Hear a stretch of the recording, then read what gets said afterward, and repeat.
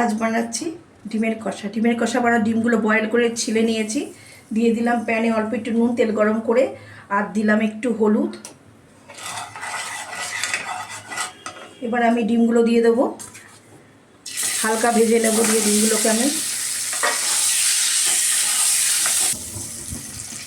ডিমগুলো ভাজা হয়ে গেছে, এবার আমি উঠিয়ে নিচ্ছি। আর ডিমগুলো গায়ে আমি অল্প ছুরি দিয়ে চিড়ে দিয়েছি যাতে মশলাটার ভিতরে ঢুকে। প্যানে তেল গরম করে নিয়েছি, আর একটু তেল দিয়ে আমি সর্ষে তেল দিয়েছি, আর দিয়ে দিলাম একটা বড় সাইজের কুচানো পেঁয়াজ। পেঁয়াজটা হালকা ব্রাউন হয়ে এসছে, দুটো তেজপাতা দিয়ে দিয়েছিলাম। এবার দিলাম গোটা গরম মশলাগুলো, হয়ে গেল। এবার দিয়ে দিচ্ছি 1 চামচ আদা পেস্ট, 1 চামচ রসুন পেস্ট।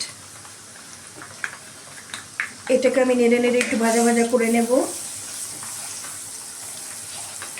এবার দিয়ে দেবো গুঁড়ো মশলাগুলো, যেমন কাশ্মীরি লাল, ঝাল লঙ্কাটা, হলুদ গুঁড়ো, আর 1 চামচ ধনে গুঁড়ো।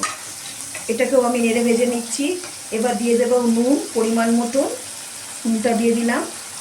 ডিম ভাজপাটি নুন দিয়েছিলাম, আর একটু কমই দিলাম।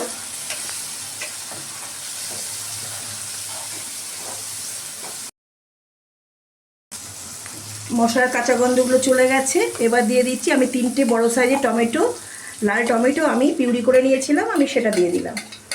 এবার এটা কষতে থাকবো আমি। মশলাটা কষা হয়ে এসছে, এবার আমি অল্প একটু ভিনিগার দিলাম, টেস্টের জন্য একটু ভিনিগার দিলাম। এবার নেড়ে ছেড়ে নিয়ে আমি ভেজে রাখা ডিমগুলো দিয়ে দিচ্ছি।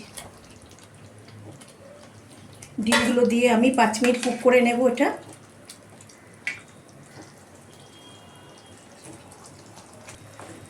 তেজপাতা আমি উঠিয়ে দিলাম, এর কাজ শেষ, আমি এটা উঠিয়ে দিলাম। এবার আমি টেস্টের ব্যালেন্সের জন্য, যেহেতু টমেটো আছে আর ভিনিগার একটু দিয়েছি, আমি খুব সামান্য একটু চিনি দিলাম টেস্টের ব্যালেন্সের জন্য, টেস্টটা ঠিক আসে। অল্প একটু চিনি দিলাম, কয়েক দানা। আমার ডিমের কষাটা অলমোস্ট হয়ে এসছে। এবার আমি দিয়ে দেবো গরম মশলার গুঁড়ো। আমি শাহি গরম মশলা দিয়ে দিলাম উপর থেকে, আর দিয়ে দেবো একটুখানি ঘি, খুব সামান্য দেবো, ছোটো স্পুন, টিস্পুনে দেবো ঘি দিয়ে দিলাম। আমি নুনটা চেক করে নিয়েছি, নুনটা ঠিকঠাক আছে।